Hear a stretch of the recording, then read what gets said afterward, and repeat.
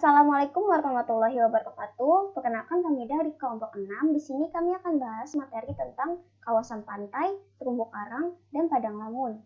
Tidak lupa kami ucapkan terima kasih kepada dosen pengampu mata kuliah Ekologi Lahan Basah ini, yaitu Bapak Maulana Halid Tripani SSI, MSc MPD, dan Ibu Saukina MA.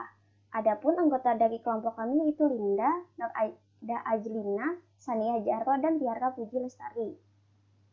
Nah, pada pembahasan kali ini kami akan membahas beberapa submateri. Yang pertama itu ada definisi kawasan pantai, terumbu karang, dan padang lamun. Yang kedua, ciri fisik, kimia, biologi, kawasan pantai, terumbu karang, dan padang lamun, serta interaksinya. Yang ketiga, vegetasi penyusun kawasan pantai, terumbu karang, dan padang lamun. Yang keempat, satwa liar penghuni kawasan pantai, terumbu karang, dan padang lamun. Yang kelima, adaptasi flora dan fauna pada kawasan pantai, terumbu karang, dan padang lamun. Yang keenam, fungsi kawasan pantai, terumbu karang, dan padang lamun terhadap makhluk hidup. Yang ketujuh, potensi, peluang, tantangan, dan ancaman pada kawasan pantai, terumbu karang, dan padang lamun. Kemudian yang terakhir, yang kedelapan, pengelolaan dan konservasi kawasan pantai, terumbu karang, dan padang lamun. Pembahasan yang pertama itu akan disampaikan oleh saya sendiri. Pertama ada definisi kawasan pantai, terumbu karang, dan padang lamun. Definisi dari kawasan pantai ini sendiri yaitu ekosistem pantai adalah ekosistem yang ada di wilayah perbatasan antara laut dan daratan. Dalam ekosistem pantai terdapat komponen biotik dan komponen abiotik. Adapun jenis-jenis kawasan pantai terbagi menjadi tiga. Yang pertama itu ada pantai berbatu, yang kedua pantai berpasir, dan yang ketiga pantai berlumpur. Pertama itu pantai berbatu. Pada dasarnya pembagian zonasi untuk pantai berbatu dilihat dari pasang surut yang terjadi. Jenis pantai ini didominasi oleh substrat dan batuan berukuran 2-16 mm. Tipe pantai ini banyak ditemui di selatan Jawa, Nusa Tenggara, dan Maluku. Kemudian yang kedua ada pantai berpasir. Pantai berpasir adalah pantai dengan ukuran butir substrat antara 0,063 sampai 2 mm. Jenis pantai berpasir termasuk dalam jenis pantai dengan partikel yang halus. Pantai berpasir dapat ditemui di daerah yang jauh dari pengaruh sungai besar atau terdapat di pulau kecil yang terpencil. Kemudian yang ketiga ada pantai berlumpur. Pantai berlumpur merupakan pantai yang memiliki substrat yang sangat halus dengan diameter 0,03 sampai 0,004 mm. Pantai berlumpur berada pada daerah yang terlindung dari hempasan gelombang secara langsung. Tidak ada hempasan gelombang sehingga daerah ini sulit untuk mengalami perkembangan yang signifikan. Kemudian selanjutnya ada definisi kawasan terumbu karang. Terumbu karang adalah suatu kumpulan hewan besar satu yang membentuk koloni dan mempunyai rumah yang terbuat dari bahan kapur atau Ca karbonat. Mengingat dalam ekosistem terumbu karang terdapat berbagai jenis organisme atau dapat diartikan dengan terumbu karang merupakan sebuah komunitas biologis yang berada di dasar laut yang membentuk struktur padat yang kokoh dan terbuat dari bahan kapur. Organisme utama kebanyakan terdapat dari koral dan algae. Selanjutnya ada definisi kawasan padang lamun. Padang lamun atau seagrass bed yaitu hamparan vegetasi lamun yang menutup suatu area pesisir atau laut dangkal. Terbentuk dari satu jenis atau lebih dengan kerapatan padat atau jarang. Lamun umumnya membentuk padang lamun yang luas di dasar laut yang masih dapat dijangkau oleh cahaya matahari yang memadai bagi pertumbuhannya. Nah, materi yang kedua yaitu ciri fisik kimia, biologi,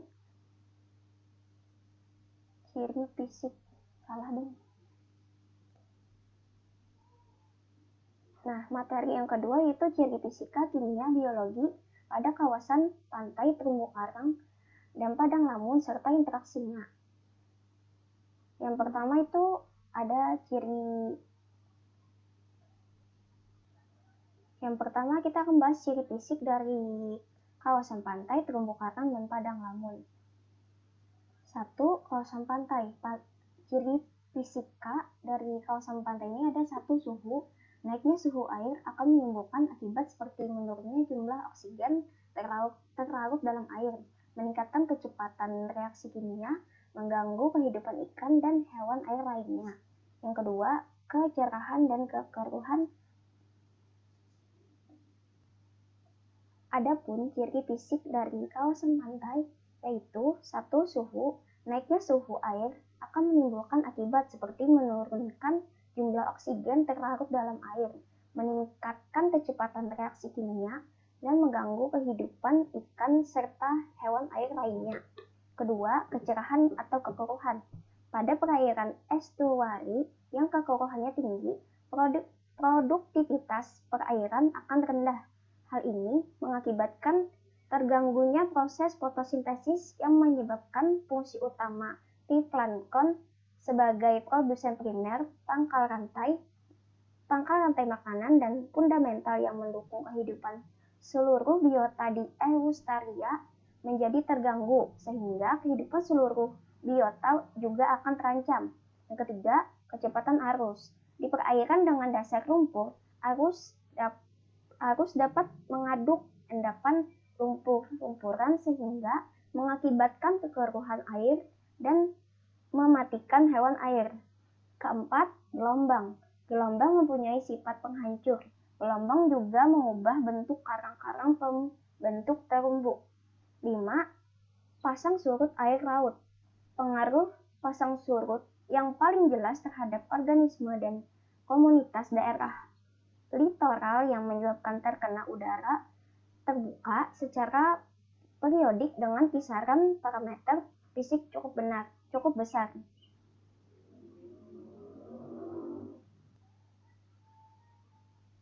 Selanjutnya, ciri kimia dari kawasan pantai yaitu ciri fisika dari kawasan terumbu karang. 1.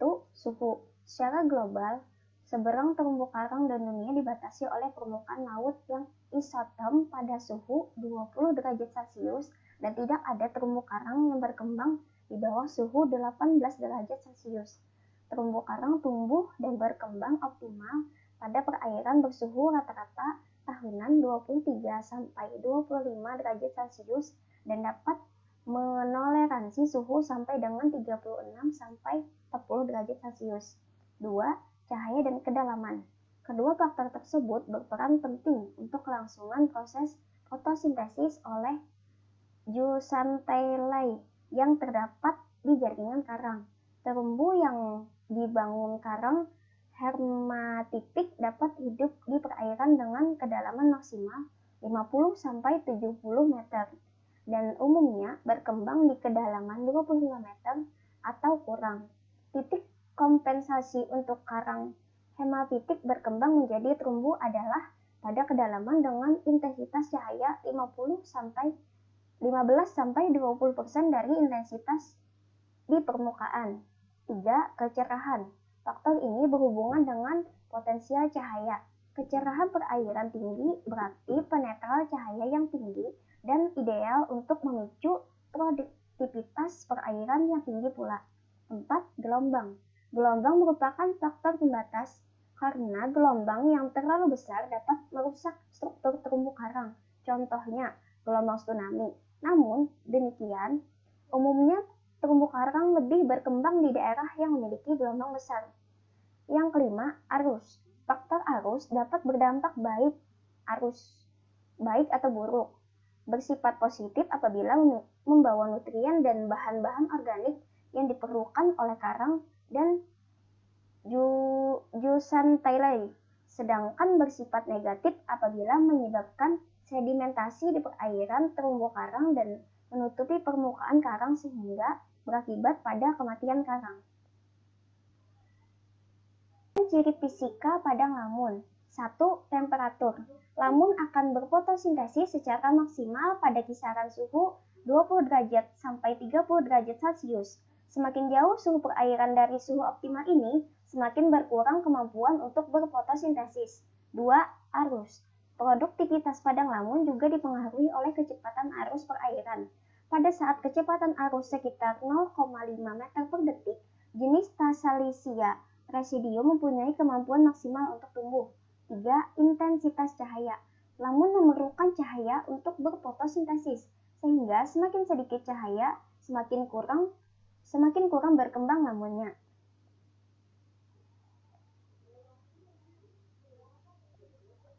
Adapun ciri kimia, yang pertama itu ada kawasan pantai. 1. Salinitas. Salinitas dapat menimbulkan tekanan-tekanan osmotik. Salinitas yang tak sesuai dapat menggagalkan pembiakan dan menghambat pertumbuhan biota air. 2. Oksigen terlarut. Kadar oksigen terlarut di perairan Indonesia berkisar antara 4,5 dan 7,0 ppm. 3. Derajat keasaman atau pH. pH air laut permukaan di Indonesia umumnya bervariasi dari lokasi ke lokasi antara 6,0 sampai 8,5. Perubahan pH dapat berakibat buruk terhadap kehidupan biota laut, baik secara langsung maupun tidak langsung. 4. Unsur hara atau nutrien. Menurut Michael 1984, fosfat dan nitrogen merupakan unsur hara makro yang dimanfaatkan oleh plankton di perairan. Umumnya, kekurangan fosfat dalam laut akan mempengaruhi proses fotosintesis dan pertumbuhan yang sama besarnya.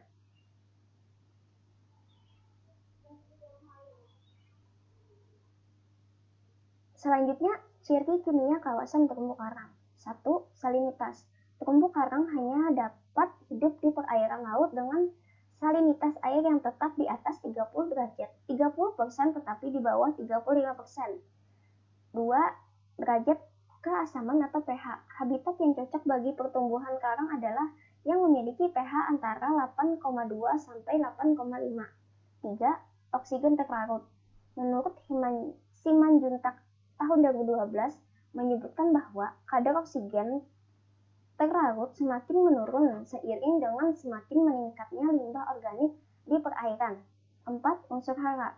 Zat hara nitrat diperlukan dan berpengaruh terhadap proses pertumbuhan dan perkembangan hidup di plankton dan mikroorganisme lainnya sebagai sumber bahan makanannya. Kemudian, ciri kimia pada padang lamun. 1. Salinitas. Tiap-tiap lamun mempunyai kisaran salinitas berbeda-beda. Namun, secara umum, lamun membutuhkan salinitas sebesar 10-40. Sedangkan rusaknya padang lamun saat ini salah satunya disebabkan oleh meningkatnya salinitas karena berkurangnya super air tawar dari sungai. 2. Kandungan oksigen atau DO. Kadar oksigen terlarut kurang dari 4 mg per liter, mengakibatkan efek yang kurang menguntungkan bagi hampir semua organisme akuatik. Sumber oksigen terlarut biasanya berasal dari difusi oksigen yang terdapat di atmosfer sekitar 35% dan akibat fotosintesis oleh tumbuhan air termasuk Kemudian, ciri kimia padang lamun. 1. Salinitas. Tiap-tiap jenis lamun mempunyai kisaran salinitas berbeda-beda. Namun secara umum, lamun membutuhkan salinitas sebesar 10-40. Sedangkan rusaknya padang lamun saat ini salah satunya disebabkan oleh meningkatnya salinitas karena berkurangnya suplai air tawar dari sungai. 2. Kandungan oksigen atau DO. Kadar oksigen terlarut kurang dari 4 mg per liter mengakibatkan efek yang kurang menguntungkan bagi hampir semua organisme akuatik. Sumber oksigen terlarut biasanya berasal dari difusi oksigen yang terdapat di atmosfer sebesar 35 derajat Celcius dan aktivitas fotosintesis oleh tumbuhan air termasuk fitoplankton. 3. Substrat. Kesesuaian substrat yang paling utama bagi perkembangan lamun ditandai dengan kandungan sedimen yang cukup. Semakin tipis substrat atau sedimen perairan akan menyebabkan kehidupan lamun yang tidak stabil. Sebaliknya, semakin tebal substrat, lamun akan tumbuh subur, yaitu berdaun panjang dan rimbun, serta penglihatan dan penangkapan sedimen semakin tinggi. Adapun ciri biologi dari kawasan pantai, terumbu karang, dan padang lamun. Ciri biologi kawasan pantai yang pertama itu ada ciri biologi kawasan pantai. Keberadaan masing-masing organisme dalam lingkungan laut dapat membagikan informasi kualitas lingkungan di mana biota tersebut hidup. Semakin beraneka jenis biota dan jumlah yang banyak ditemukan dalam perairan dapat mengidentifikasi bahwa kualitas lingkungan tersebut masih baik. Peranan dan kedudukan masing-masing organisme di laut digambarkan dalam piramida makanan di laut. Selanjutnya, ciri biologi kawasan terumbu karang. Dalam terumbu karang, ekosistem organisme yang hidup perairan yang berupa bentukan batuan kapur atau CaCO3 yang cukup kuat menahan gaya gelombang laut. Organisme-organisme yang dominan hidup di terumbu karang adalah binatang-binatang karang yang banyak mengandung kapur. Selanjutnya akan dilanjutkan oleh pemateri kedua. Baiklah, saya akan menjelaskan materi yang ketiga, yaitu vegetasi penyusun kawasan pantai, terumbu karang, dan padang lamun. Vegetasi itu sendiri dalam ekologi adalah istilah untuk seluruh komunitas tumbuh-tumbuhan yang hidup pada sebuah ekosistem. Baiklah, kita akan membahas yang pertama, yaitu vegetasi dalam kawasan pantai. Pada kawasan pantai terdapat hutan pantai. Hutan pantai itu sendiri merupakan hutan yang tumbuh di muara sungai daerah pasang surut atau tepi laut. Berdasarkan susunan vegetasinya, ekosistem hutan pantai dapat dibedakan menjadi dua, yaitu pertama formasi Prescaprae dan yang kedua formasi Barringtonia. Baiklah, yang pertama yaitu formasi Prescaprae. Pada formasi ini, tumbuhan yang dominan adalah Ipomia Prescaprae. Tumbuhan lainnya seperti Spinac litorius atau rumput angin dan Pandanus tectorius atau pandan. Kemudian yang kedua yaitu formasi Barringtonia. Vegetasi yang dominan pada formasi ini adalah Barringtonia atau butun. Tumbuhan lainnya adalah Calophyllum inophyllum atau nyamplung, kemudian ada Hibiscus tiliaceus atau waru laut, dan Terminalia catapha atau ketapang. Kemudian ada vegetasi kawasan terumbu karang. Vegetasi atau tumbuh-tumbuhan yang biasa hidup di ekosistem terumbu karang yaitu ganggang atau alga, yang merupakan suatu kelompok tumbuh-tumbuhan yang besar dan beraneka ragam. Kemudian ada vegetasi kawasan padang lamun.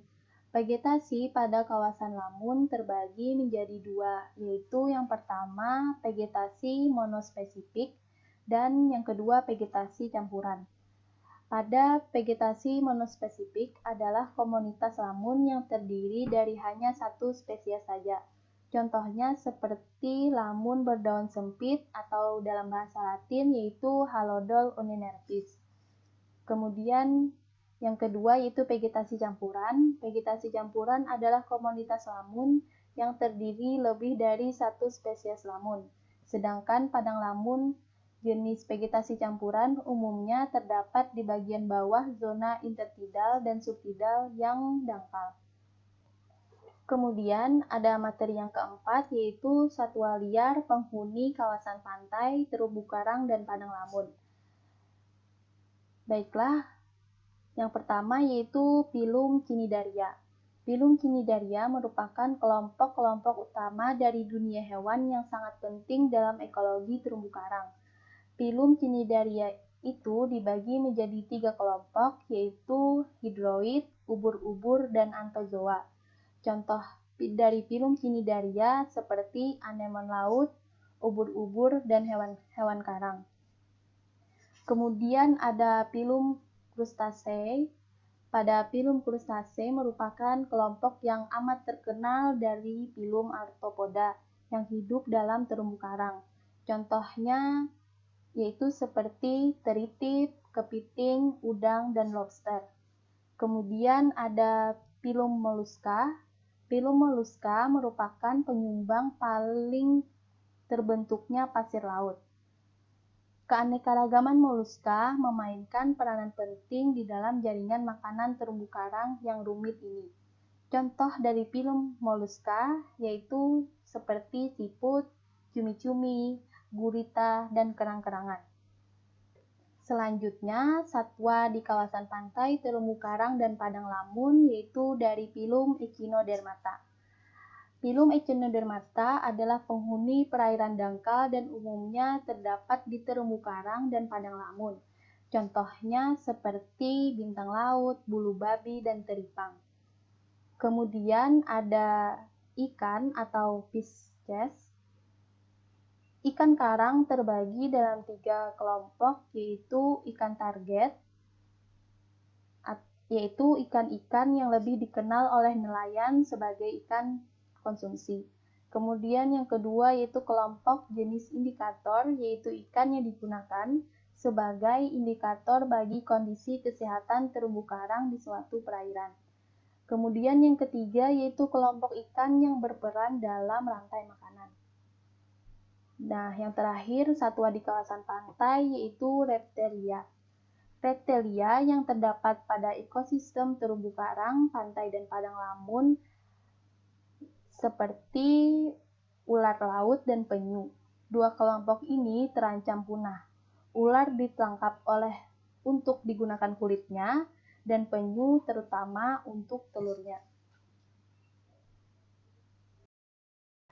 Selanjutnya yang kelima adalah adaptasi flora dan fauna pada kawasan pantai, terumbu karang, dan padang lamun. Yang pertama, kawasan pantai. Kawasan pantai terbagi menjadi 3, yaitu kawasan berbatu, kawasan berpasir, dan kawasan berlumpur. Yang pertama, kawasan berbatu. Umumnya, pantai berbatu terdapat bersama-sama atau berseling dengan pantai berdinding batu. Kawasan ini padat makroorganismenya dan mempunyai keragaman flora dan fauna yang paling besar. Yang kedua yaitu pantai berpasir. Makroorganisme yang hidup di sini tidak seperti di kawasan pantai berbatu. Perilaku adaptasi yang dilakukan organisme terhadap kondisi lingkungan adalah dengan cara menguburkan diri ke dalam substrat, sehingga kawasan ini lebih banyak dimanfaatkan manusia untuk berbagai aktivitas rekreasi. Organisme yang ada di pantai berpasir mempunyai kemampuan beradaptasi dengan 2 cara, yaitu dengan menggali substrat sampai kedalaman yang tidak lagi dipengaruhi oleh gelombang yang lewat, dan kemampuan menggali substrat dilakukan dengan cepat ketika gelombang lewat. Adaptasi lainnya ditemukan pada moluska yang mengubur dirinya dan cenderung mempunyai cangkang yang licin dan berat. Yang ketiga yaitu pantai berlumpur. Kebanyakan organisme yang menempati daerah ini menunjukkan adaptasi dalam menggali dan melewati saluran yang permanen dalam substrat. Kehadiran organisme ditunjukkan oleh adanya berbagai lubang di permukaan dengan ukuran dan bentuk yang berbeda. Ketika organisme berada di dalam substrat, mereka harus beradaptasi untuk hidup dalam keadaan anaerobik atau harus membuat beberapa jalan yang dapat mengalirkan air dari permukaan yang mengandung oksigen ke bawah permukaan. Yang kedua yaitu kawasan terumbu karang. Komunitas karang terdiri dari karang pembuat terumbu atau hermatipik maupun karang yang tidak membuat terumbu atau ahermatik. Interaksi yang terjadi di ekosistem terumbu karang yaitu salah satunya antara karang hermatipik dengan zooxanthella, yang mana zooxanthella ini memberikan makanan bagi karang yang dibentuk melalui proses fotosintesis. Yang ketiga adalah kawasan padang lamun. Hal menarik yang dapat kita lihat bahwa padang lamun atau yang dikenal dengan seagrass bukan hanya sebagai tempat mencari makan bagi duyung, tapi juga tempat hidup yang sangat cocok bagi beberapa organisme kecil seperti udang dan ikan. Bahkan, penyu hijau pun sering mengunjungi padang lamun untuk mencari makan. Kondisi lamun yang menyerupai padang rumput di daratan ini mempunyai beberapa fungsi ekologis yang sangat potensial, berupa perlindungan bagi invertebrata dan ikan kecil. Daun-daun lamun yang padat dan saling berdekatan dapat meredam gerak arus, gelombang, dan arus materi organik yang memungkinkan padang lamun. Daun-daun lamun yang padat dan saling berdekatan dapat meredam gerak arus, gelombang, dan arus materi organik yang memungkinkan. Padang lamun merupakan kawasan lebih tenang dengan produktivitas tertinggi di lingkungan pantai di samping terumbu karang. Melambatnya pola arus dalam padang lamun memberi kondisi alami yang sangat disenangi oleh ikan-ikan kecil dan invertebrata kecil seperti beberapa jenis udang, kuda laut, bivalve, gastropoda, dan echinodermata.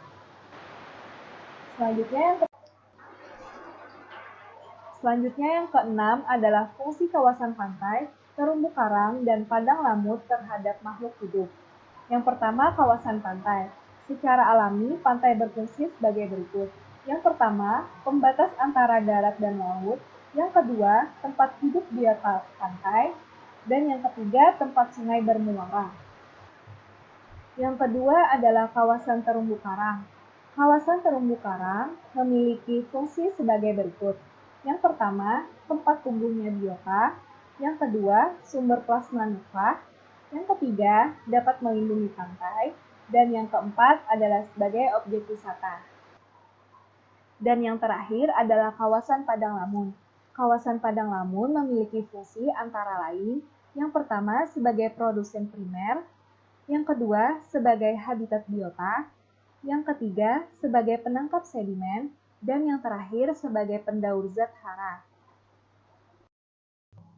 Nah, baik. Jadi di sini saya akan menjelaskan mengenai potensi, peluang, tantangan, dan ancaman pada kawasan pantai, terumbu karang, dan padang lamun, serta pengelolaan dan konservasi pada kawasan pantai, terumbu karang, dan padang lamun. Yang pertama yaitu potensi, peluang, tantangan, dan ancaman pada kawasan pantai, terumbu karang, dan padang lamun. Pada kawasan pantai, potensi dan peluang yang dapat dilakukan yaitu yang pertama dapat melakukan penyewaan penginapan, kemudian bisnis oleh-oleh khas setempat, kemudian usaha kuliner khas pantai, dan tempat penyewaan alat wisata. Adapun ancaman yang paling besar yang dapat terjadi bagi kelestarian ekosistem pantai adalah segala aktivitas manusia yang dapat berdampak pada wilayah pantai.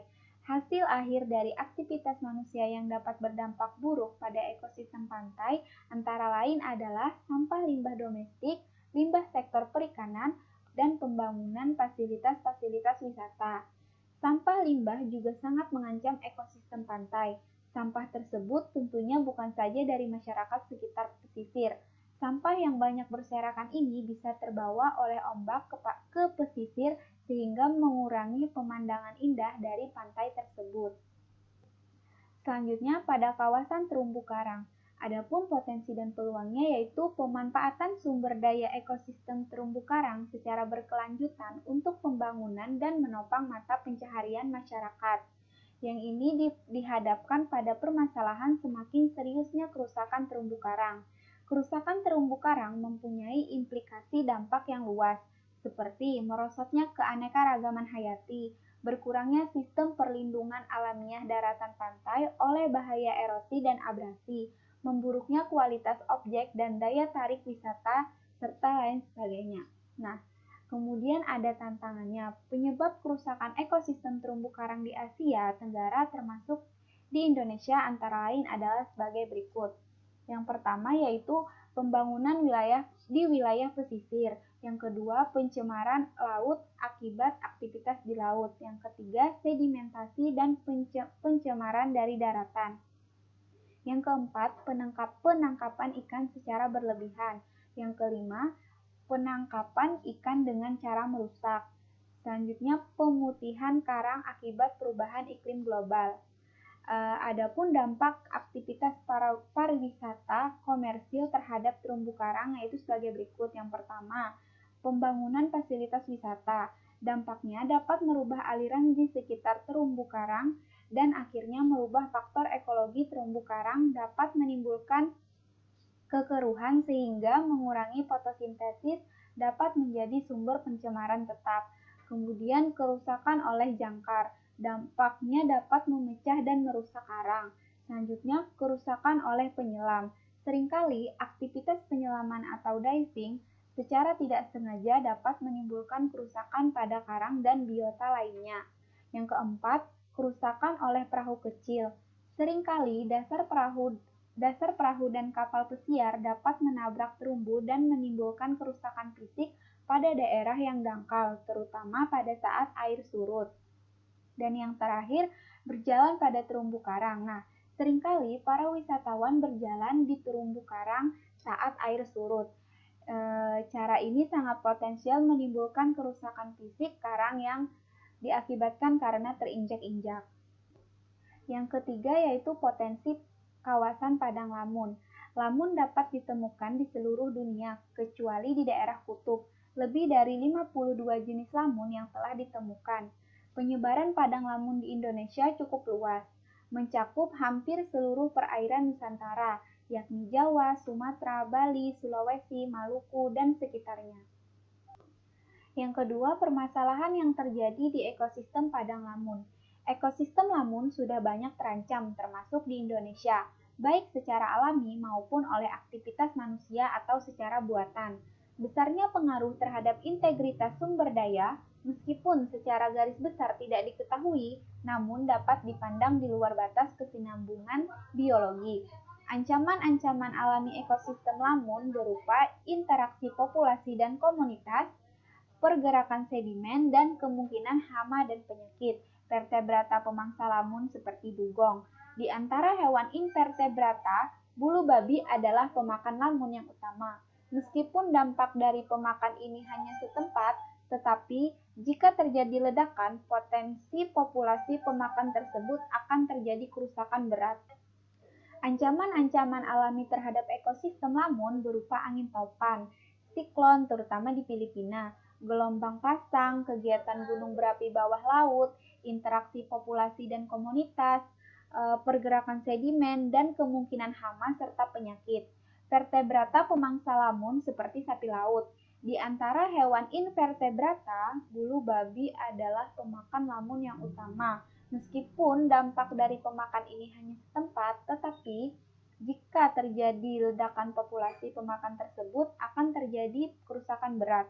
Gerakan pasir juga dapat mempengaruhi persebaran lamun. Nah, selanjutnya mengenai pengelolaan dan konservasi kawasan pantai terumbu karang dan padang lamun. Yang pertama yaitu kawasan pantai. Yang pertama, interaksi antar spesies dalam suatu ekosistem sangat penting agar jasa-jasa ekosistem dapat kita nikmati, karena tingkat interaksi dan keterhubungannya yang sangat tinggi. Maka menghilangkan atau merusak beberapa spesies akan menghasilkan dampak dramatis terhadap organisme lain dan menurunkan kemampuan dari ekosistem untuk menghasilkan jasa yang kita inginkan. Yang kedua, dinamika dan kompleksitas ekosistem membutuhkan perhatian jangka panjang dan pemahaman terhadap penurunan drastik dan perubahan-perubahan cepat yang tidak diantisipasi. Misalnya, perubahan drastis yang ditimbulkan oleh fenomena ENSO pada dinamika ekosistem dan ukuran populasi yang berdampak jangka panjang dan sulit diprediksi karena sifatnya yang berasosiasi dengan perubahan lingkungan dalam skala yang cukup besar. Yang ketiga, ekosistem dapat pulih dari berbagai jenis gangguan, namun memiliki limit untuk daya pulih tersebut. Tidak jarang, perubahan ekosistem yang melampaui batas membuatnya tidak dapat pulih pada kondisi seperti sebelumnya. Oleh karenanya, peningkatan tindakan kehati-hatian dalam mengelola ekosistem adalah sangat bijaksana jika dilakukan agar ekosistem dapat bebas dari tekanan dari waktu ke waktu dibandingkan yang terjadi pada saat populasi manusia belum sebesar saat ini. Dan yang terakhir yaitu jasa ekosistem hampir selalu tidak mendapat penghargaan yang sepantasnya.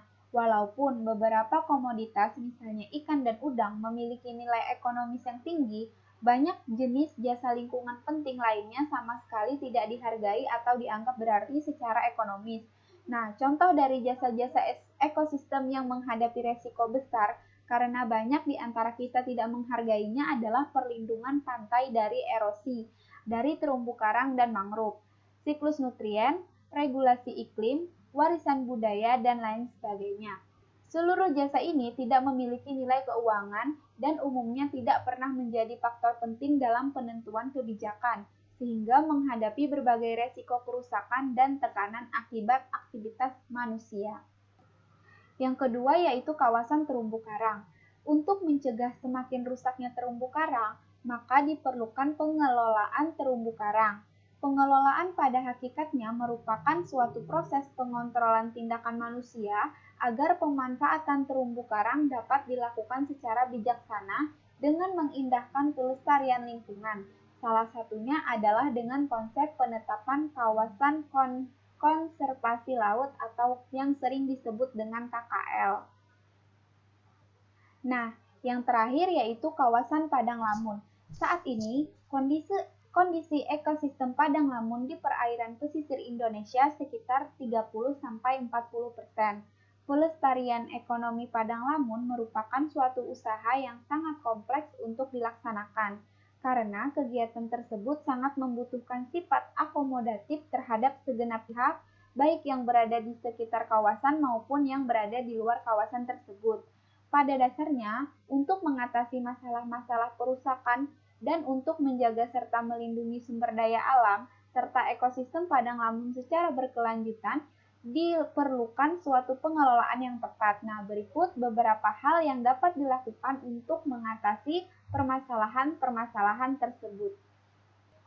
Usaha pertama yang dapat dilakukan yaitu mengadakan penyuluhan akan pentingnya peran ekosistem padang lamun di lingkungan pesisir.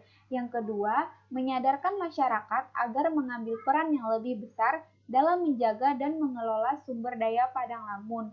Yang ketiga, pengaturan penggunaan alat tangkap yang sudah terbukti merusak lingkungan ekosistem padang lamun seperti potasium, sianida, sabit, dan gareng diganti dengan alat tangkap yang tidak merusak lingkungan atau ramah lingkungan, misalnya seperti alat pancing. Dan yang terakhir yaitu perlunya pembuatan tempat penampungan limbah dan sampah organik. Nah, itulah tadi penyampaian materi dari kelompok kami. Kemudian di sini saya akan membacakan kesimpulan. Kesimpulannya itu, pantai adalah bagian dari muka bumi, dari muka air laut rata-rata terendah sampai muka air laut rata-rata tertinggi. Sedangkan terumbu karang adalah suatu kumpulan hewan berusaha satu yang membentuk koloni dan mempunyai rumah yang terbuat dari bahan kapur atau Ca karbonat. Dan padang lamun atau seagrass bed yaitu hamparan vegetasi lamun yang menutup suatu area pesisir atau laut dangkal, terbentuk dari satu jenis atau lebih dengan kerapatan padat atau jarang. Nah, berikut adalah sumber referensi yang kami ambil.